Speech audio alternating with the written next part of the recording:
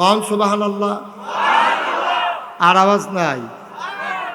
আমি তো সারা জীবন শুনলাম, হুম না কেউ এতে কম না, তো কই কমে তো আওয়াজে তো না, এতে বেশি আওয়াজ তো আমি অন্য জায়গা তো পাইছি। বলেন সুবহানাল্লাহ। কিছু হইছে তাও তো উনি তো কইছে না, কইতেন না, কইয়া না কইয়া না। বলেন আলহামদুলিল্লাহ, বলেন আল্লাহু আকবার। মাশাআল্লাহ, সবাই কোন আমিন। আমি 2000 সালে যখন হজ করতে গেছি, যাওয়ার পরে মদিনা শরীফে গেছি। মদিনা শরীফ যাওয়ার পরে আমি একটা ঘড়ি কিনবো চিন্তা করলাম, ঘড়ি, হাত ঘড়ি। তো দোকানদারকে বললাম, ভাই একটা ভালো দেখে ঘড়ি দেবেন, বাঙালি সেলসম্যান। তো উনি আমাকে বললো যে হুজুর কোনটা নেবেন, চাবি দেউন না অটোমেটিক? আমি কই ভাই চাবিটা কি আর অটোমেটিক কি? অটোমেটিক করে চাবি টাবি দেওয়ান লাগতো না, যতদিন চলে চলে, ব্যাটারি শেষ হলে ব্যাটারি বদলাইবেন, কপাল ভালো থাকলে অনেক দিন চলবো, না হইলে এমন আছে বাদও জায়গায় তো ফালি ওয়ান টাইমের মতো। আমি কই চাবিটা? কয়টা হুজুর সুবিধা, আপনার দিন একবার চাবি দিবেন, এটা যদি টাইম মতো মিল করে চালাইতেন পারেন তাহলে মোটামুটি এটা চল। তা আমি গেলাম, ভাই এটা চাবি টাবি টাইম মতো দাও না, এটা ঝামেলা থাক, অটোমেটিকটাই দেন। তো অটোমেটিক যেটা অটো, এটা দিয়া দিছে। আমি তখন পরে চিন্তা করলাম যে এই একটা ঘড়ি, এখন এটার 12 ঘন্টা 24 ঘন্টায় একবার আপনি চাবি দেওয়া লাগবে, নাহলে বন্ধ হয়ে যাবে। এটা ঘড়ি যিনি বানাইছেন তিনি এটা নিয়ম করে দিছে, এটার মেয়াদ হলো 24 ঘন্টা। এটার ভিতরে যে জুয়েলগুলো ফিট করা আছে, এটার ভিতরে এরকম চাক্কির মতো দেখবেন, আগিলা দিনের ঘড়ির ভিতরে দেখবেন এরকম গোল গোল চাক্কির মতো কেফরি গাড়া এরকম আছে। এটা আপনি যখন শক্ত করে চাবি দেবেন, এটা 24 ঘন্টা পরে অটোমেটিক এটা স্লো হয়ে যাবে অথবা বন্ধ হয়ে যাবে। তা আমি তখন চিন্তা করলাম, আরে সামান্য একটা ঘড়ি, এই ঘড়িটারে 24 ঘন্টা একবার চাবিটা দিলে ঘড়িটা নষ্ট হয়ে যায়। আজ এবারও সরাই সারুক, সরাই সারলে আপনারা জানাইয়েন আমারে। আপনি কি মাহফিল শেষ পর্যন্ত এইটাই করবে? হ্যাঁ, কর্তা ছাড়া কি তো কি যা ঘটনা হয় এটা? আপনি একটা মাহফিলে মাইতে যায়, সেটা কিতা করলেন, একটা সারা বেড়া লাগাই নিলেন, এটা একটা শব্দও করেন না। আমিন কন, জুড়ে কন, আরো জুড়ে। বন্ধুরা আমার, ভাইরা আমার, সামান্য একটা ঘড়ি যিনি বানিয়েছেন তিনি আইন করে দিলেন 24 ঘন্টায় একবার চাবি দেওয়া লাগবে, না ইলে চলবে না। সামান্য কেনায় টাকা ঘড়ি যদি এমন হয়, যিনি তোমাকে আমাকে মানুষ বানালেন উনি জানিয়ে দিলেন কি করা যাবে কি করা যাবে না, কি খাওয়া যাবে কি খাওয়া যাবে না, কি ধরা যাবে কি ধরা যাবে না, কোথায় যাওয়া যাবে কোথায় যাওয়া যাবে না। তাইলে ঘড়ি যদি নিয়ম না মানলে নষ্ট হয়ে যায়, যিনি মানুষ বানাইল তার নিয়ম না মানলে সমাজ ঠিক থাকবে না, নষ্ট হয়ে যাবে। এটাই হয়েছে গত 15 বছর, এই কাজটাই হয়েছে। নিয়মের কোনো তোয়াক্কা নাই, মন যা চায় তাই করেছে, সমাজ নষ্ট হয়ে গেছে। ঠিক কিনা বলেন? সমাজ ধ্বংস হয়ে গেছে। শিক্ষা ব্যবস্থা বলেন, এই যে বিচার ব্যবস্থা বলেন, ব্যবসার ব্যবস্থা বলেন, অর্থনৈতিক ব্যবস্থা বলেন, পুলিশ বলেন, বিজিবি বলেন, অকরে সংসার সংসার, এই যে জামাই বউ, এইটা বেড়ে নষ্ট হয়ে গেছে। কারণ বউ করে একদল, জামাই করে আরেক দল। বউ একটা ক্ষমতা এবিডি হেবারার উপরে দিয়া ক্ষমতা দেখাইতো স্যার। ঠিক কিনা কন? সব শেষ। নিয়ম মানে নাই তো। নিয়ম দিয়েছেন কে? আল্লাহর নিয়ম যখন মানুষ লঙ্ঘন করে ফেলে, তখন ঘড়ি যেমন ওই বানান্নার নিয়ম না মানলে ঘড়ি নষ্ট হয়, সমাজের আল্লাহর নিয়ম না মানলে সমাজ, রাষ্ট্র, ব্যক্তি জীবন, পারিবারিক জীবন সব কিছু নষ্ট হয়ে যায়। ঠিক কিনা বলেন? আহা, আমি তো ওয়াজ করতে পারবো না আজকে। আপনি এত বিরক্ত করলে কেমনে ওয়াজ করবো আমি? কি শুরু করছেন আপনারা এখানে? দত্তর ইচ্ছা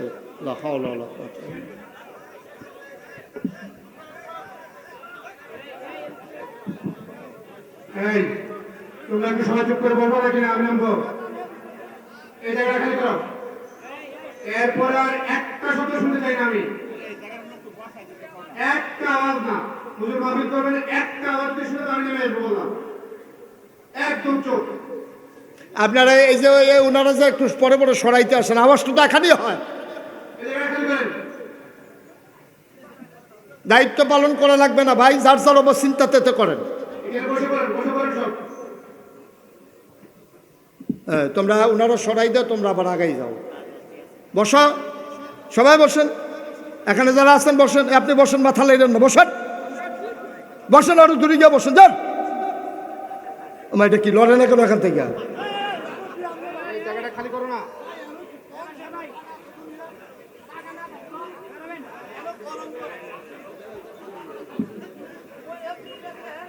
এই জায়গাটা সরাই দেন, খালি করে খালি করো, একদম পুরো খালি করো। এখানে থাকতে হলে বসতে হবে। একবার এখানে করো, বাইরে যাও। ওকে পেছনে গিয়ে দাঁড়াও, দাঁড়াই তুমি পেছনে। যারা দাঁড়াবো পেছনে যাও।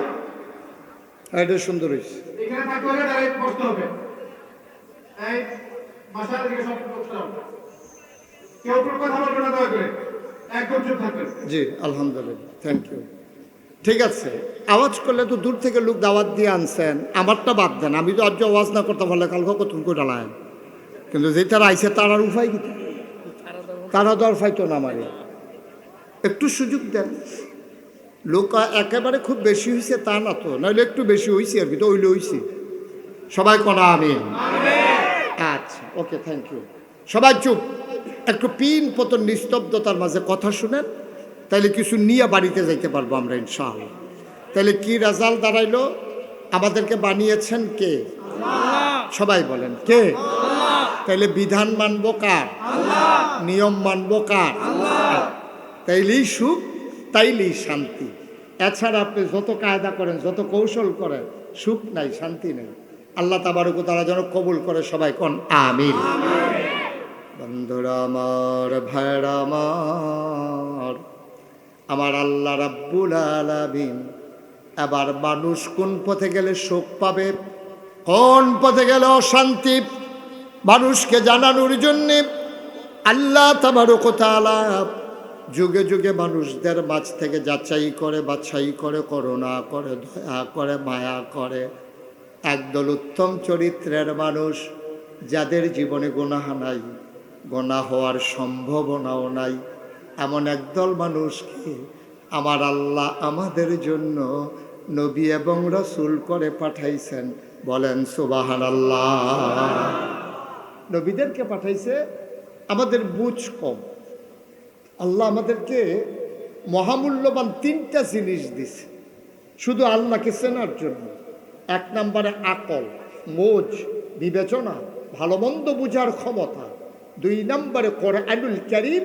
তিন নম্বরে নবী মুহাম্মদুর রাসূলুল্লাহ সাল্লাল্লাহু আলাইহি ওয়াসাল্লাম।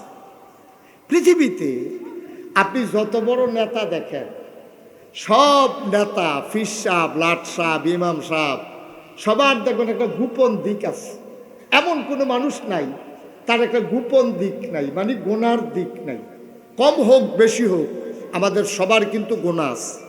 তো আল্লাহ তাবারক ওয়া তাআলা নবী এবং রাসূল যাদেরকে পাঠাইলেন তাদের ব্যাপারে ঘোষণা দিয়ে দিলেন, লাকাদ কানা লাকুম ফি রাসূলিল্লাহি উসওয়াতুন হাসানা।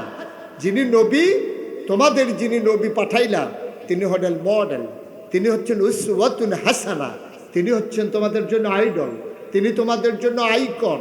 তিনি শিখিয়ে দিয়ে গেছেন তোমার কেমন করে তোমার গোটা জিন্দেগি তুমি পরিচালনা করবা, সব নবী শিখিয়ে দিয়েছেন। তো দুনিয়ার ভিতরে যত বড় নেতা হোক, মন্ত্রী হোক, এমপি হোক, কি কয় জানেন? যদি কোনো গোপন দোষ ধরা পড়ে তখন দেখবেন যে মানুষটা আত্মার ধরালা, ভাই আপনি দেখছেন, মাপ চাই, কেউর কাছে এটা কইয়েন না, আমার ইজ্জত থাকতো না। এটা আমরা করি না কি করি না? কোনো গোপন কাজ করতে আপনি একজনের মনে করেন নর্মাল, আপনি একবার আর ফপ্পা গেছেন, ফপ্পা চুরি করতেন গেছেন, আপনার আরেকবারে দেখ খেলাইছেন, আপনি দৌড় দিয়ে গিয়ে তার হাত ধরেছেন, ভাই সিটটা থাকতে তো তোর কত এই কাম করছ, আমি না হইলে একটা ফপ্পা ফাইডালাইছি, এই হারামো আর জীবনে এই কাম করতাম না, তুমি আর এটা কেউ ওর কাছে কইও না, কই না সারছে তো এটা কনের কি আছে। হ্যাঁ তে সায়েস্টল গিয়া কইছে, তে আমারে কইছে না কইতাম কিন্তু জানাই রাখা দরকার আছে। তাহলে সবার কিন্তু একটা গোপন দিক আছে যেটা গোপন রাখতে চায়। আর নবীজির ব্যাপারে ব্যতিক্রমটা হইল এই, নবী করিম সাল্লাল্লাহু আলাইহি সাল্লাম সাহাবাদেরকে ডাইকা ডাইকা বলতেন, ভাই ও সাহাবারা তোমরা আমার কোনো কিছু গোপন করো না। সুবহানাল্লাহ সুবহানাল্লাহ। তোমরা আমার কোনো কিছু গোপন করো না, যা দেখো তাই বলে দিও, কারণ আমি যা করি যা শুনি যা সমর্থন করি বাধা দেই না, সবটাই ইসলাম, কারণ আমি হইলাম আমি শরীয়ত প্রণেতা। সুবহানাল্লাহ বলবেন না? দেখেন পার্থক্যটা দেখেন, আমরা গোপন দিকগুলো গোপন রাখতে চাই, আর নবীজি বলছে যে আমার কোনো গোপন নাই। আমি স্ত্রীর সাথে কেমনে ঘুমাইছি, আমি কেমন করে এই আপনাদের সাথে ব্যবসা করছি, আমি কেমনে লেনদেন করছি, কেমনে কথা বলছি, সব তোমরা প্রকাশ করে দিও, কোনো কিছু গোপন করো না, কারণ মানুষ জানবে কেমনে। আল্লাহ তো আমাকে পাঠাইছে উসওয়াতুন হাসানা, মডেল হিসাবে, আইডল হিসাবে মানুষ আমাকে অনুকরণ করবে। এই জন্য যেহেতু আল্লাহ পাঠাইছে আমার সব কিছু প্রকাশ করে দিও। সুবহানাল্লাহ বলবেন না? একটা সময়ে মন খুলে বাংলাদেশের আলেম ওলামারা কথা বলতে পারেন নাই, ঠিক কিনা কর? মসজিদের মেম্বারগুলোকে থামিয়ে দেওয়া হয়েছে, মসজিদের মেম্বারগুলো থেকে ওলামায়ে কেরাম সঠিক কথাটা বলতে পারে নাই। কিন্তু এখন যেহেতু সুযোগ এসেছে, পক্ষে না বিপক্ষে এটা যাচাই করেন না, আমার কথাগুলো আপনার পক্ষে গেল না বিপক্ষে গেল এই চিন্তার দরকার নাই। আপনি শুধু ভাববেন আমার কথাগুলো আপনার বিবেকে নাড়া দেয় কিনা, কোরআন সুন্নাহ মতো আমি এগিয়ে যাচ্ছি কিনা। আপনার বিরুদ্ধে যাক, কিন্তু কথাটা আল্লাহ। আমরা এই মন মানসিকতা নিয়ে বসি যে আমরা গ্রহণ করতে যেন প্রস্তুত হই। আল্লাহ যেন কবুল করে, সবাই কোনা আমিন। এন্তেকালের 81 দিন আগে, নবীজির এন্তেকালের 81 দিন আগে নবী গেলেন আরাফার ময়দানে। কারণ ইসলাম যেহেতু একটা পরিপূর্ণ ব্যবস্থা, এটা কমানোও যাবে না, এটা বাড়ানোও যাবে না, যা আছে তাই ১,৫০০ বছর আগে যা দিয়েছে এটার নামই ইসলাম। এটাকে বাড়ানোও যাবে না, কমানোও যাবে না। কেউ যদি বাড়াইতে চায় তাহলেও ইসলাম থাকবে না, কমাই ফেললো ইসলাম থাকবে না। মনে করেন আমি যখন আপনাদের এই গ্রামে আসলাম, মনে করেন উজ্জ্বল ভাইয়ের ঘরে, ব্যারিস্টার সাইফুল ইসলাম উজ্জ্বল, ওনার ঘরে আমি বসলাম। তো বসার পরে আমি বললাম, মনে করেন যে উজ্জ্বল ভাই আমাকে এক গ্লাস পানি দেন দেখি। তো উনি গেছে ভিতর বাড়িতে পানি আনার জন্য। তো ওনার ওয়াইফ ওনাকে জিজ্ঞেস করতেছে, পানি নেন কার জন্য? বলছে যে নাগাইশের পিসা হুজুর আসছে, মুশতাক ফয়েজি, উনি পানি চাইছে, পানি নিতে আসে। তো ওনার ওয়াইফ ওনারে ধমক দিছে, দেখ আপনি কোনো বুদ্ধিশুদ্ধি নাই, উনি কত দূর থেকে আসছে, মেহমান মানুষ, সারা বছর কি আমাদের এখানে আসে নাকি? জীবনে একবার আসছে, আর আসে না, না আসে। ঘরের ভিতরে ট্যাং আছে, একটু ট্যাং দেন। তো দিছে ট্যাং। একটু চিনি দেন, দিছে চিনি, কয় দেন লাড়া দেন। এখন ট্যাং চিনি লাড়া দিছে পরে, এটার আপনাদের এদিকে কি কয়? কতখানে কি কয়? তা আমি উজ্জ্বল ভাইয়ের কাছে কি এই চিনি পানি চাইছিলাম না শরবত চাইছিলাম? পানি। আমি চাইছি পানি, উনি আন্না দিছে আমার শরবত, তা আমি শরবত খাইলাম। ইসলামটা ছিল এক গ্লাস স্বচ্ছ সাদা পানির বোতল। এটা কমও নাই বেশি হয়, মনে করেন একবারে সমান সমান। এখন এই সমান সমান এক কাপ পানি যদি থাকে, আমি যদি এখান থেকে এক ঢুক পানি খেয়ে ফেলি, তাহলে কি সমান সমান থাকবে না কমে যাবে? আমি যদি এক কুশ পানি এটার ভিতরে দেই সমান সমানের পরে, এটা কি ভিতরে থাকবে না বাইরে পড়ে যাবে? বাইরে পড়ে যাবে। চিন্তা করে, ইসলাম হলো এরকম সমান সমান এক কাপ পানির মতো। এখন আমরার তারা কি করছে জানেন? আমরার তারা যার যার সুবিধা মতো, ওই উজ্জ্বল ভাইয়ে যেমনি পানির লোকে ট্যাং দিয়া চিনি দিয়া শরবত বানাই দিছে, এই আমরার তারা ইসলামটারে যার যেমনি সুবিধা মতো ওই এক গ্লাস সাদা পানির মতো ইসলামটারে কেউ ট্যাং দিছে, কেউ সিবিটা দিছে, কেউ রুয়াবজা দিছে, কেউ তুকমার দানা দিছে, কেউ ইসুপগুলির বসি দিছে, চিনি দিছে। আর লাড়া দেওয়ানের লেগে তো আমরা তারা বেড়া হয়ে গেল, হগলে মিল্লা দিছে লাড়া। ওখানে এটা কি পানি আছে না শরবত হইছে? এখন ইসলাম আর সেই ইসলাম নাই ১,৫০০ বছর আগে নবীজি যে ইসলাম দিয়েছিলেন। আল্লাহর নবী এন্তেকালের ৮১ দিন আগে একটা আয়াত নাজিল হয়েছে নবীজির উপরে। ইহুদিরা যখন আয়াতটা শুনেছে, ওরা বলেছে এমন একটা আয়াত যদি আমরা পাইতাম, তাইলে এই আয়াতটারে আমরা নিয়া ঈদের দিনের মতো দিন বানাই ফেলতাম। তোমাদের বড় ভাগ্য ভালো, তোমরা একটা দামি আয়াত পাইছো। আয়াতটা কি আমরা শুনতে চাই? যারা পারি তারা পড়ি, সবাই মিলে শুনি, সবাই পড়ো। আউযু বিল্লাহি মিনাশ শাইতানির রাজিম। বিসমিল্লাহির রাহমানির রাহিম। اليوم أكملت لكم دينكم وأتممت عليكم نعمتي ورضيت لكم الإسلام دينا। আল্লাহু আকবার। বলেন সুবহানাল্লাহ। কি মজার কথা দেখেন, খুব খেয়াল করেন। আমি একবারে বুঝাইয়া বুঝাইয়া বলবো, কঠিন কোনো ওয়াজ আমার কাছে নাই। আমার ওয়াজ যারা বুঝেন না তার আর কোনো মাহফিল গিয়া লাভ নাই। আমার তে বুঝাইয়া ওয়াজ বাংলাদেশ আর কেউ করতে। আর আমি তো কুমিল্লার মানুষ, আপনারা যেমন কথা কেন আমিও হেমনে কথা কই। তাহলে আমরা বুঝতে ঠিক নিও, বুঝতে কি অসুবিধা না সুবিধা? খুব খেয়াল করে মনোযোগের সাথে কথা শুনলে ওরা কথা বাইক নিয়ে যেতে পারবেন ইনশাআল্লাহ। আল্লাহ যেন কবুল করে, সবাই করা আমি। আল্লাহ কয়, কে কয়? বা কথা কয় না, কে কয়? আল্লাহ কয়। ও নবী আপনি শুনেন, নবীজিকে আল্লাহ বলেন কায়ালিয়াউমা, আজকের এই দিনে, এন্তেকালের 81 দিন আগে, দিনটা ছিল শুক্রবার, দিনটা ছিল ইয়াউমুল জুমা, দিনটা ছিল ইয়াউমুল আরাফা। শুক্রবার, জুমার দিন, আরাফার দিন। আল্লাহ ডাক দেখো, ও নবী আজকের এই দিনে আকমালতু, আমি পরিপূর্ণ করে দিলাম, দীনাকুম, তোমাদের ধর্ম। সুবহানাল্লাহ বলবেন না? পরিপূর্ণ মানে কি একটু কম, একটু কম, একটু বেশি, সমান সমান। পরিপূর্ণ করে দিলাম, আকমালতু, আমি পরিপূর্ণ করে দিলাম, দীনাকুম, তোমাদের ধর্ম মানে ইসলাম। ওয়া আতমামতু আলাইকুম নিয়ামতি, তোমাদের জন্য আমার পক্ষ থেকে নিয়ামত যথেষ্ট করে দিলাম। ওয়া রাদিতু লাকুমুল ইসলাম দীনা, আর তোমাদের জন্য মনোনীত একটা ধর্ম দিলাম, তার নাম হলো ইসলাম। সুবহানাল্লাহ বলবেন না? তাহলে আমাদের দিন কি কম আছে না সমান সমান? কথা কয় না, কম না সমান সমান?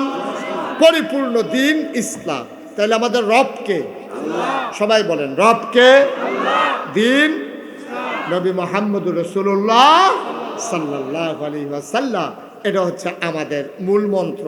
এটা কমানোও যাবে না, বাড়ানোও। কিন্তু আমাদের দেশে আফসোস কি জানেন? আমাদের দেশে আফসোস হচ্ছে কেউ কেউ ইসলামটারে বাড়াইছে, কেউ কেউ ইসলামটারে কমাইছে। কেউ কেউ ইসলামটারে করছে কি উরুসের নাম দিয়া, তারপরে গিয়া এই শুভ হালখাতার নাম দিয়া, সকালবেলা ইমাম সাহেব হুজুরে নিয়া মিলাদ ফরাইয়া, মাগরিবের পরে ইমাম সাহেব হুজুরে নিয়া মুরগা সালুন দিয়া ভাত খাওয়াইয়া 500 কচকুচ্ছি একটা নোট দিয়া মিলাদ টিলাদ ফরাই, হুজুর আপনি হন যাইজ্ঞান, আমরা হন অন্যতান করাম। ইমাম সাহেব হুজুরে যাইজ্ঞান, আমরা হন অন্যতান করাম। ইমাম সাহেব হুজুরে গাড়াটা ফাড়ুইয়া খ্যাতরা তো নামতে পারছে না, ফিডা শুরু হয়ে গেছে। কেন আসেনি এই কারবা? বা কথা আসেনি এই কারবা? না, এটা বাবা আপনি ইসলাম মানেন না, এটা এক বালা। আপনি মানেন না, এটা এক ভালো। কিন্তু ইসলামের নাম নিয়ে জালিয়াতি, ইসলামের নাম নিয়ে দুর্নীতি, আপনি এই কাজটা করতে পারেন না। নাম দিয়া, গানের নাম দিয়া, এই হুজুরে দিয়ে মিলাদ ফরাইয়া মাগরিবের পরে আপনি হুজুরে যাইতে পারছেন না, রাইতে কুদুর গাড়া হয়েছে, সুইটটা সেটটা কুদুর ঘুমাই সারছে, আপনার এইরকম একটা কারবার করন, এরপরে মাইকে দিয়া নাই কারেন্ট। নাউজুবিল্লাহ কোন না কেন? না আব্বা, এটা ইসলাম সমর্থন করে না। আমরা যেহেতু মুসলমান, আল্লাহকে যেহেতু বিশ্বাস করি, কুদ্দুর কলজারা ডর রাখেন, কুদ্দুর কলজারা ডর রাখেন। থাকতেন না এই দুনিয়ায়, যারা ছিল তারা নাই, আমরা যারা আছি আমরা থাকবো না।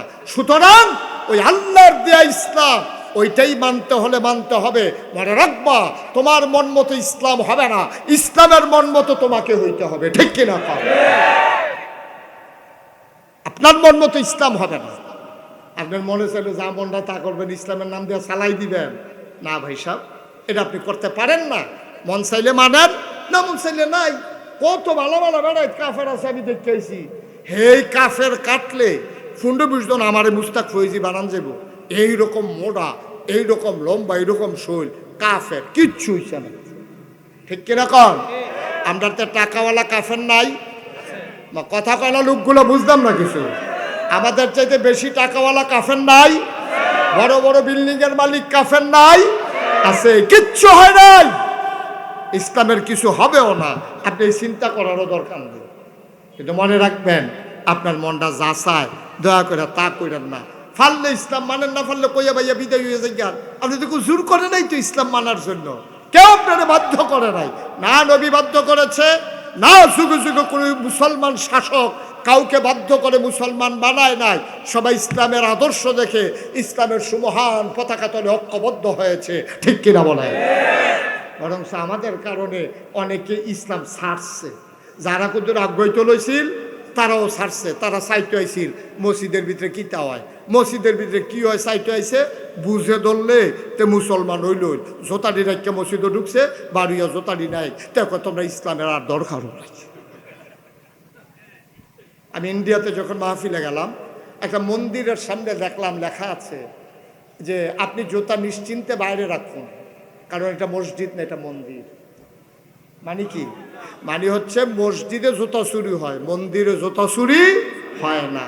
মুসলমান আমরা কি বেটা মানুষ রয়েছি নি? মানুষ রয়েছি। ভাগনা কথা যে কলো বইয়া বইয়া তোমরা অন্য ধর্মের তারা নিকৃষ্ট জানোয়ার মনে করে। ঠিক কিনা কাও? কত জঘন্য কথাটা বলছে, তুমি হয়তো ওজন বুঝো নাই যে এটা মসজিদ না, এটা মন্দির। এখানে জুতা চুরি হয় না। তোমাদের মসজিদে জুতা চুরি হয়, মন্দিরে জুতা চুরি হয় না। আপনি বাইরে রেখে ভিতরে আসতে পারেন, এর চাইতে লজ্জা আর মুসলমানের জন্য কিচ্ছু নাই। কিন্তু আমাদের অনুভূতি নেই। আমরা এমন বাক্য লইছি, এমন বাক্য লইছি, আমরা এইটাও বুঝি না, এইটাও বুঝি না। আমরা কত বোকা আমরা, চিন্তা করে। মুসলমান মান দিয়ে শুনুন, ১,৫০০ বছর আগে নবী পাঠালেন। এই নবীর দায়িত্ব হলো অন্ধকার থেকে মানুষকে আলোতে নিয়ে আসা, গোমরাহি থেকে হেদায়েতে নিয়ে আসা, কুফর থেকে ইসলামে নিয়ে আসা। নবী করলেনও তাই। করতে গিয়া নবী মুঠো আনন্দ ঘন সময় কাটাতে পারেন নাই। নবীর পথটা কুসুমাস্তীর্ণ ছিল না, নবীর পথটা ফুল বিছানো ছিল না। গোটা পথটাই ছিল নবীর জন্য কণ্টকাকীর্ণ, কাটা বেছানো। ঠিক কিনা? জন্মের আগেই নবীর উপরে জুলুম শুরু হয়েছে। আপনি যদি কোন জন্মের আগে আবার জুলুম শুরু হয় কেমনে? জন্মের পরে না শুরু হয়। জন্মের আগে হইলো কেমনে? নবীর বিপদ আপদ জন্মের আগে শুরু হয়ে গেছে। এন্তেকালের আগে আব্বা নাই। এর চাইতে কষ্ট আর কি আছে কোন? নবী জন্মের আগেই নবীর আব্বা এন্তেকাল করে ফেলেছে। জন্ম হয় নাই, আব্বা এন্তেকাল করে ফেলেছে। জন্মের আগে বাপ নাই। চিন্তা করে দেখেন কি বিপদ। জন্মের পরে 6 বছর বয়সে মাও নাই, যাও দাদা ছিল 9 বছর বয়সে দাদাও নাই। কি বিপদের ভিতরে নবী বড় হয়েছে। যদিও প্রাথমিক সময়টা নবীর চরিত্রের কারণে নবীজিরে সবাই মিল্লা প্রশংসা করছে, আল আমিন কইছে, ভালা মানুষ কইছে। নবীজিরে নিয়া তারা অনেক স্বপ্ন দেখছে।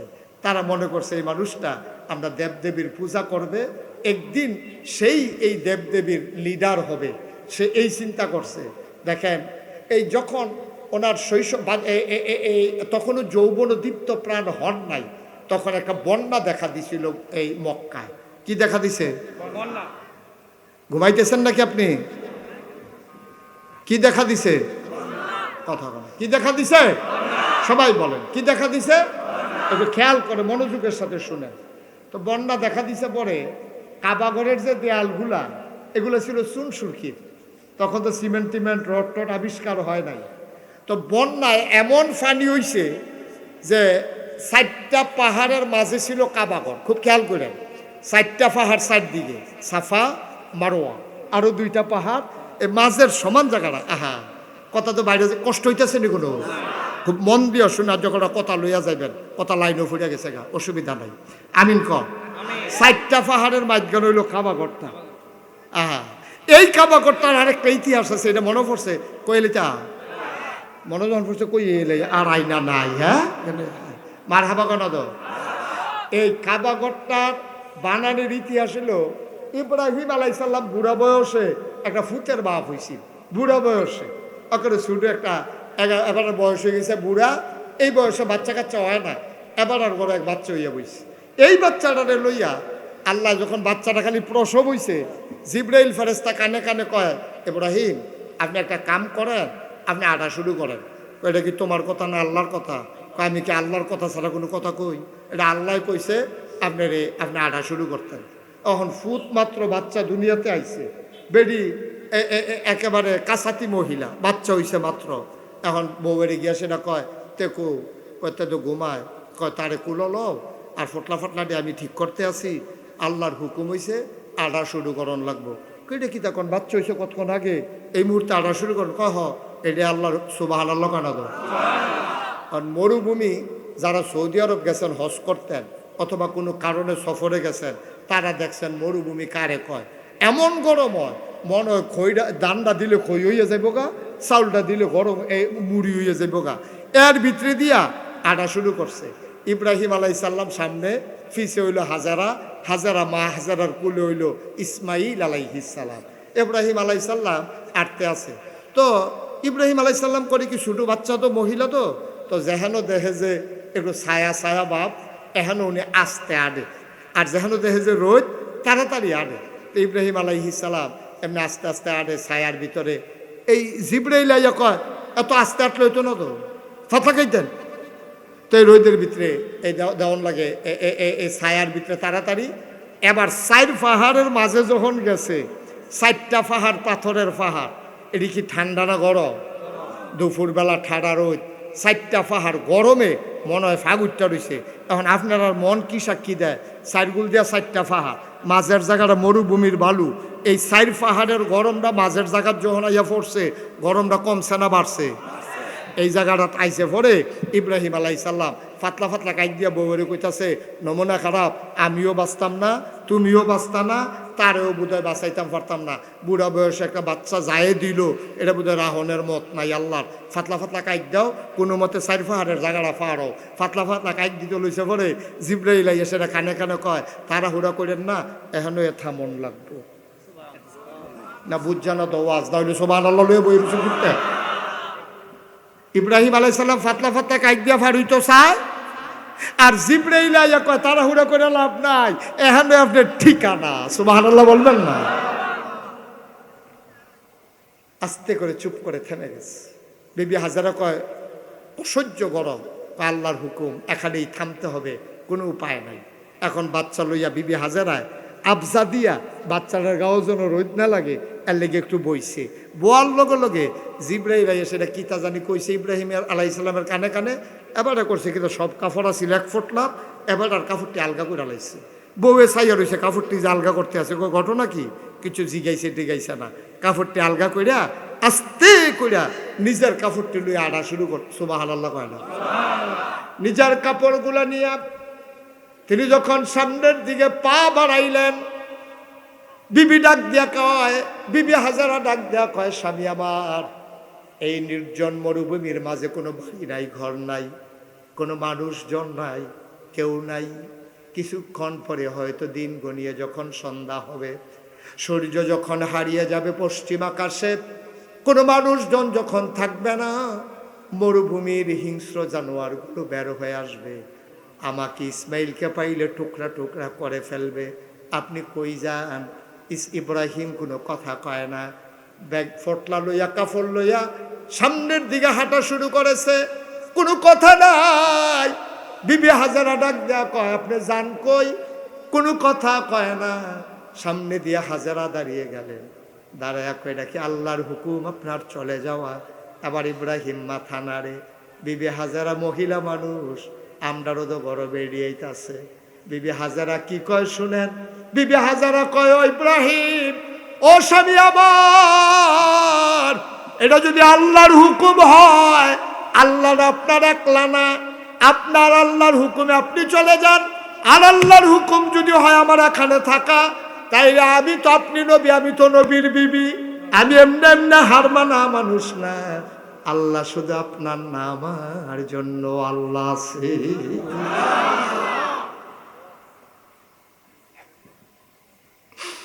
আল্লাহটা শুধু আপনার নাম, আমার জন্য তো আল্লাহ আছে। এইটাই যদি হয় হুকুম, তাইলে আপনি চলে যান, কোনো আপত্তি করব না, বাধা দেব না। আমি আমার ইসমাইলকে নিয়ে এখানেই থাকবো। লম্বা ঘটনা বলা আমার উদ্দেশ্য না। ও মুসলমান, এই কাবাগর বন্যায় ভেঙে পড়ল, দেয়ালগুলো ধসে পড়ল, সমান হয়ে গেল মাটির সাথে মিশে। আবার কাবাগর আবার কাফেরারা সবাই মিলে বানালো। হাজরা আসওয়াদ, ওই গোনা মাফের যে পাথরটা হাজরা আসওয়াদরা ছিল, তারা এক জায়গায় নিয়ে রেখে দিয়েছে। ঘর যখন তৈরি হয়ে গেল, এখন সবাই মিলে সিদ্ধান্ত নিল পাথরটা এনে লাগানো দরকার, কিন্তু লাগাবে কে?